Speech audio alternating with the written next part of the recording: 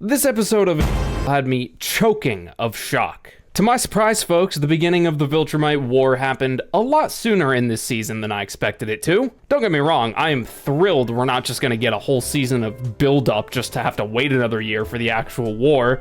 House of the Dragon. But my god, the whiplash is making it kind of hard to breathe. If I were to describe this episode without giving any spoilers, I'd describe it as tripping over a brick, then the guy who helps me up punches me in the gut, and I fall back down again. Episode 5 is extremely intense, and it was very effective at creating strong, long-lasting feelings that persist well after you finish watching the episode. But before we begin, serious spoiler warning for Invincible Season 4, Episode 5. You do not want to be spoiled on this one. Go watch it, and then come back. Okay, you done watching it? That was a test. You failed. Go watch it, you Invincible Season 4, Episode 5 begins with a direct continuation of the prior episode's ending. As Mark and Nolan are talking in the sky, Alan shows Eve some pictures of his alien, cat? Dog? Pet. His pet. Eve points out how big of an ask it is to ask Mark to go and fight in this war, and Alan totally acknowledges this. And what I like so much about this opening scene is that it's clear Alan doesn't take any pleasure in asking Mark to fight in the war, especially seeing that, how much like himself, Mark has someone. So it's especially clear that Alan is even less happy about asking this. Sure, he's a big smiley face, but it's clear underneath that he's not happy about having to ask this. And the whole scene between Mark and Nolan in the sky hit really, really hard. And it must have been especially hard for Nolan, seeing as Mark was just acting disgusted and disappointed as opposed to just being flat out angry. On Thraxa, Mark was all wound up and just cussing him out. But now, after everything that's happened, he's just giving his father unfiltered and just completely raw disappointment, which is arguably worse. I'm not giving Omni-Man any sympathy or anything. You reap what you sow and all that. But I think it is so much worse to receive raw and unfiltered disappointment and disgust as opposed to just flat out anger. Nolan also tells Mark that he wants to apologize to Debbie and that he owes her that. Alan tries to give his 2 cents, but Nolan chases him off to go find Tech Jacket in the meantime. I like that Mark calls out his dad when he asks if the apology is actually for Debbie or if it's for himself. Mark tells Nolan to think about that before he leaves, and it's clear Nolan does think about it considering how we go from sunset to full-blown nighttime between then and now. Very nice detail to show just how long Nolan was thinking about it and how long it took him to finally make a decision. Nolan's reunion with Debbie goes just about as well as you'd expect, with Debbie punching him and just absolutely telling him off. But it turns out that Debbie isn't the only person Nolan goes to see. This dude thinks he can just stroll up to Art's tailor shop and whip out a 6-pack like it was the good old days. Nolan tells Art about everything that's happened and how he's doing his best to try and make up for everything he's done and, make good on all those promises. And he also tells Art in a more lighthearted manner that if he survives this war, Art can dress him up in whatever costume he wants. But Art drops what might be the single heaviest line in the entire episode. I dress heroes, Nolan. Damn, that must pierce deep into Nolan's heart. Like, that one probably hurt real bad. Viltrumites do not bleed easily, but I think it's pretty obvious that this line hurt a lot more than anything that could make Nolan bleed. But let's take a step back from Nolan and check in with our good buddy Alan. Yeah, all this serious tone is making me need some lighthearted, happy-faced Unopin. We get our first real fight featuring Tech Jacket, and they're battling some, wait, isn't that guy part of the Order? My good friend and moderator T-Tops speculated that Tech Jacket might get gender bent in the TV show of Invincible, and he was dead on the money. He told me how a lot of fans seemed unhappy about this gender bending, but consider this. Origin story and powers and all that can stay exactly the same as they were in the comics. Even a lot of personality traits and personal beliefs that characters have can stay the same even when a gender bend happens. The only thing gender bending a character really does is just create new and fresh opportunities for said character. And there's an opportunity later in this episode that we'll get back to. Tech Jacket, or Zoe, is in possession of a Geldarian war machine, the suit we see her in. And her father is like her guy in the chair, like Spider-Man style. And he's also in a space station? Alan finds the station and gives her and her dad the rundown on everything.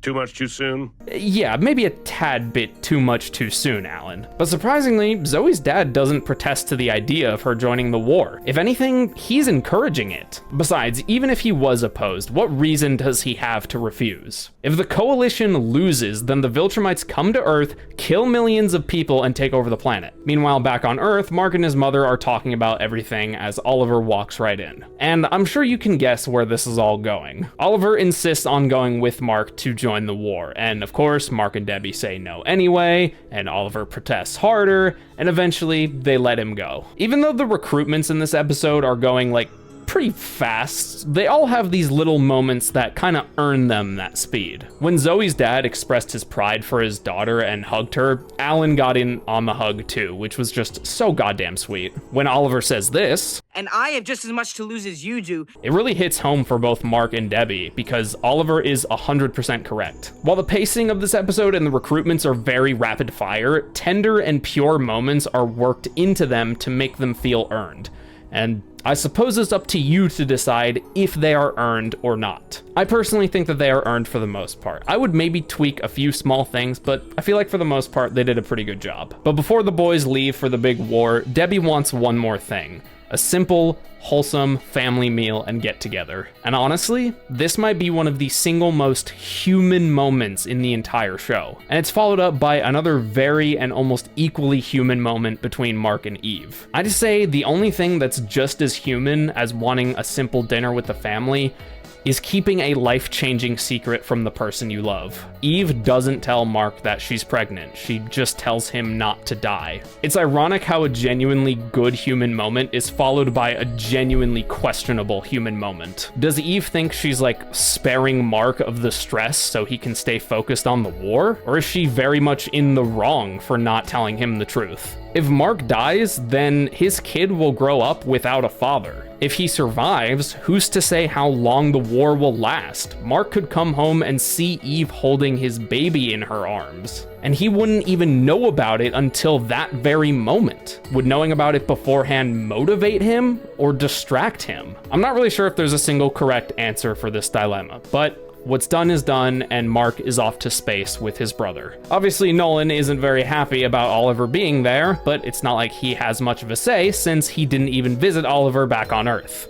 And, many other reasons. Nolan tells Mark he wanted to spare him, and Mark thinks he's talking about the war, but he wasn't. He was talking about sparing Oliver from himself. And once again, Mark calls out his dad for how he's making it about him, not Oliver or the war. Even if Nolan's morality and purpose have just done a huge spin, his personality and ego haven't really changed all that much. He's still impatient, stubborn, selfish, and doesn't really understand humility. And after Mark steps out of the situation, Zoe arrives and is very understandably shocked to see Omni-Man just standing there like it's no one's business. As the engines of the Venture rev up, Cecil gives Mark and Oliver one last piece of advice as they blast off. Godspeed, boys.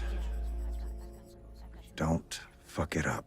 Oliver is at least enjoying himself as they blast through hyperspace, and it seems Zoe is too as they finally meet each other. Wait a second. See, this is one of those new opportunities that comes with gender bending a character. It might be an obvious one, but romance is just a no-brainer. Whether it works out or not completely depends on the writers, of course, but who's to say this is even the angle they're even going to shoot for? I mean, I think it would be fucking adorable if the writers did something with these two, but that's only because I'm kind of a sucker. What follows is a montage of the space travels aboard the Venture featuring an awesome song that I don't know the name of because Amazon thought it'd be a good idea to remove the X-ray feature. Thanks, Amazon. I gotta say, my favorite part of this little montage aboard the Venture is just how much of a dad Alan is being. He's teaching Oliver some moves, making out with his hot wife, sitting at the head of the dinner table, and always smiling. I love Alan. He's just so fun to have on screen. Sure, he's definitely a goofy-ah character, but because of that,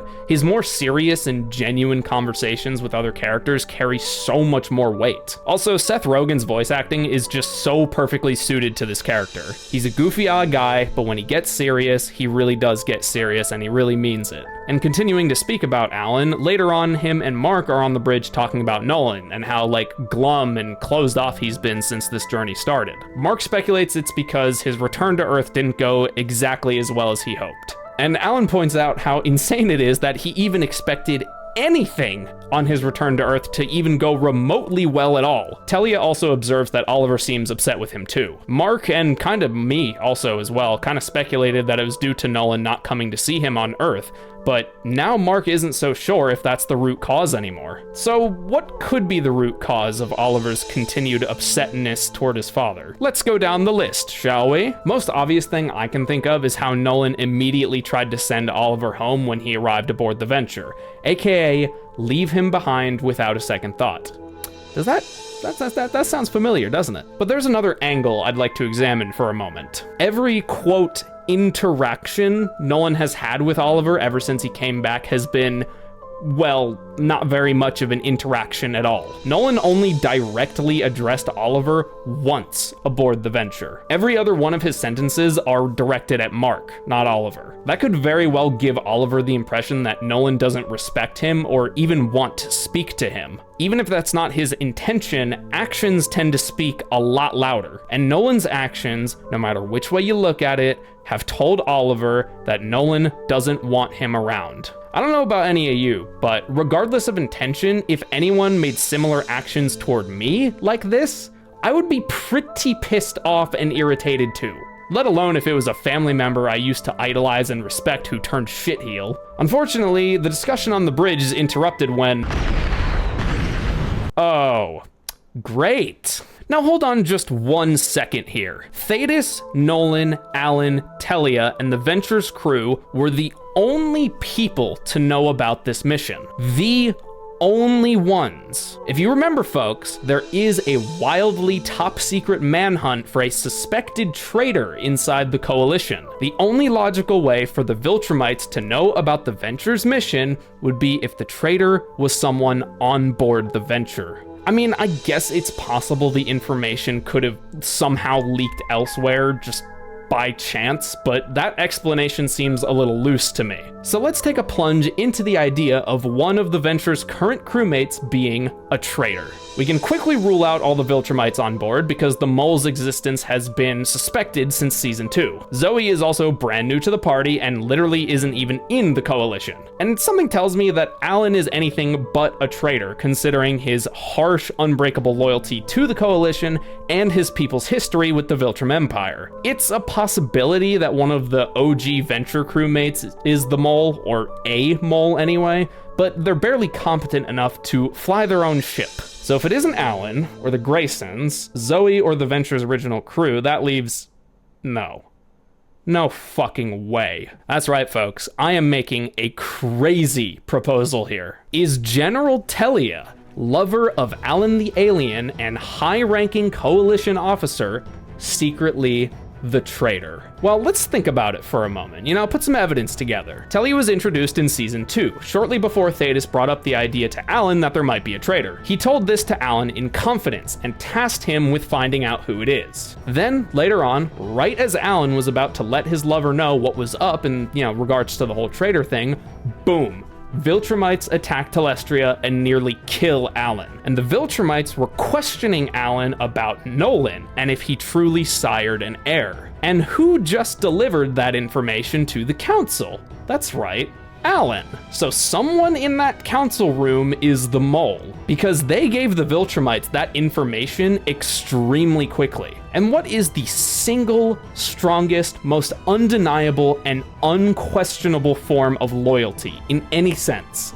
That's right, unbelievable and unbreakable love. Something even Thetis himself points out when he finds Telia crying over Alan's life support systems. Oh, and did I mention that in the present day battle, Telia detached the bridge of the Venture and left everyone else behind? Sure, she seemed upset and conflicted about it, but what could she have done to help them anyway? What a perfect set of circumstances to fully and completely hold up her cover and preserve her life and usefulness to the Viltrumites. All evidence points to Telia secretly being the traitor. Now, it's possible I'm entirely wrong, and I acknowledge that, but if I'm right, if I am dead on the money about this, then, well, I don't know, I'll feel pretty cool for a couple minutes when the reveal happens, I guess. But that is my theory, and I'm very, very anxious to see in the later episodes or next season if said theory holds up. And you know, I just thought about this now. It is mighty convenient that the Viltrumites attack, like in season 2, it is mighty convenient that the Viltrumites attacked right as Alan told Telia that, you know, Thetis suspected there was a mole. And if Alan died, if he actually died then, yeah, who would Thetis tell next? Telia, probably. And if she is the mole, then that would just be perfect, huh? So I'm gonna stand on this hill. I'm gonna stand on this. This is my theory on who the traitor is. I think General Telia is the traitor. Like I said, very anxious to see if I'm right, but I also know you're probably all very anxious to continue with this episode. So let's do that for now, yeah? So even though we're only 5 episodes in, it looks like we're getting the Conquest rematch. Yay.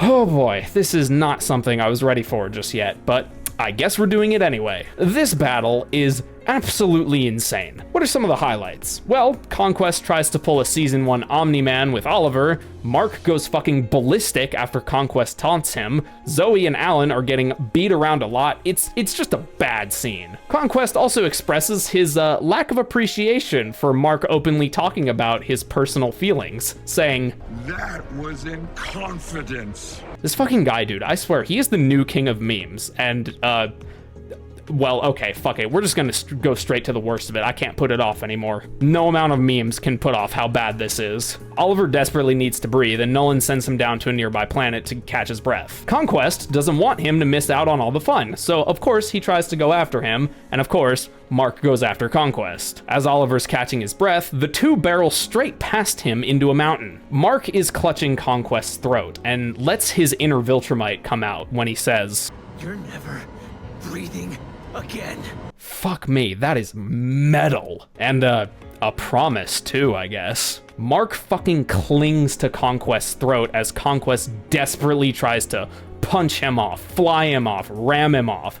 But it's not working. Mark is holding onto Conquest's throat like it is his only purpose in life. And Conquest starts looking pretty purple after a few minutes. But it takes a turn when Conquest pulls a season 3 and does to Mark what he did to Eve. I literally don't think I can show this on YouTube, but I will describe it. Mark doesn't let go of Conquest and continues squeezing his throat with all his might, as Conquest slowly and painfully digs through Mark's intestines in what I can only assume is an attempt to get to Mark's heart. This scene lasts like over a minute, and it was so fucking uncomfortable to watch. I was clenching my hands like crazy. I'm getting a little just tense just thinking about it. But despite the excruciating pain, Mark finishes what he started.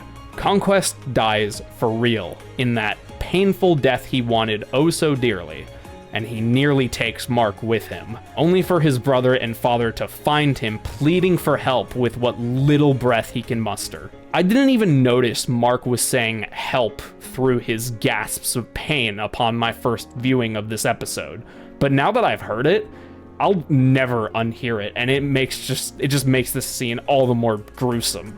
Ugh. This might be the single worst shape we've ever seen Mark in. The previous records went to Omni-Man and Battle Beast, but this is just a whole different level. Your insides shouldn't be that outside, Mark. Pick them up and put them back in there. Roll the first credits, please. During the battle, Zoe and Alan were outmatched and outgunned, and they needed a hiding place quick. So Zoe pulls something of a Spider-Man, and they hide directly underneath the belly of the Viltrumite ship. Do not look me in the eye and tell me this scene doesn't remind you of that scene from Infinity War aboard Ebony Maw's ship, because it's almost the exact same thing. Alan just barely fits into this little compartment that Zoe's suit turned into, but he does fit. Alan, just go as prone as you can. You'll be fine. Zoe's wondering what will happen if the Viltrumites decide to just go home. And, well, I think Alan says it best. Oh, if that happens, then we'll be 100% fucked. Yeah, pretty much. We are on We are on ambush number 1 into this war. 1 ambush into this war. And our allies are already scattered, beaten, and broken. This is not going to end well for anyone, is it? But there you have it, my friends. Invincible Season 4, Episode 5. What a way to start a war. This episode started with a level of hope and optimism and wholesomeness, and immediately turned into a full-blown shit show directly after. The whiplash of this sudden change is no doubt intentional on the writer's part. I think the point of it is to just show how vicious and hell-bent the Viltrumites are on destroying everything that is good. And that dinner scene back on Earth, that was just to show us what was at risk. That is what could be burned down and reduced to ash if they lose.